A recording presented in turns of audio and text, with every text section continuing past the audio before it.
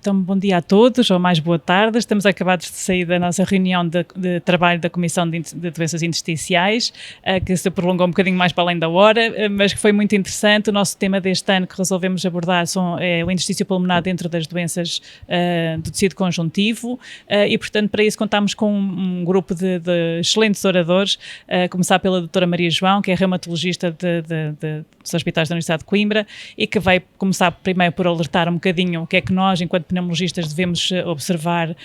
numa primeira visita, numa primeira consulta do nosso doente, e também alertar para a forma como são efetuados os doseamentos dos autoanticorpos, o que é que devemos privilegiar e de que forma que devemos olhar para eles. Depois de seguida tivemos o Dr. Sérgio Campainha, que nos veio falar sobre esclerose sistémica, fazer um bocadinho o ponto da situação, sendo que apesar de tudo é a doença que tem mais substrato em termos científicos, mais robustez dentro das doenças do tecido conjuntivo no que diz respeito às doenças intersticiais, mas fazer efetivamente, digamos que, um apanhado daquele que é mais recente. De seguida o Dr. Pedro Ferreira, pneumologista também, e que veio falar sobre artrite reumatoide, e fazer um bocadinho o foco numa doença que é bastante prevalente dentro das doenças do tecido conjuntivo, mas cujo conhecimento da doença intersticial não é assim tão prevalente, e levantar a questão se valerá a pena não insistirmos um pouco mais no rastreio e assim também depois conhecermos melhor a doença em si e poder também oferecer outro tipo de perspectiva terapêutica.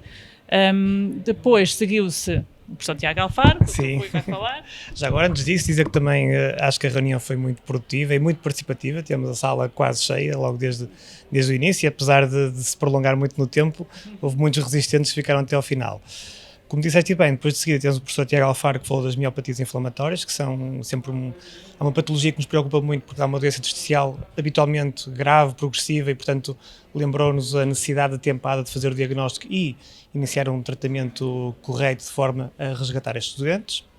De seguida temos a apresentação mais difícil, que foi da doutora Patrícia Mota de São João, que falou sobre as exacerbações agudas destas doenças, que de facto é um terreno com muito pouca evidência científica, e portanto fez ali um esforço para trazer o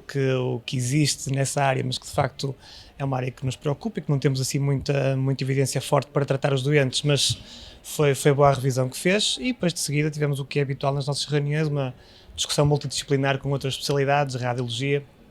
a reumatologia, em que foram discutidos 2 casos clínicos, que a doutora Ivone de Viana, que trouxe um caso clínico de uma vasculite,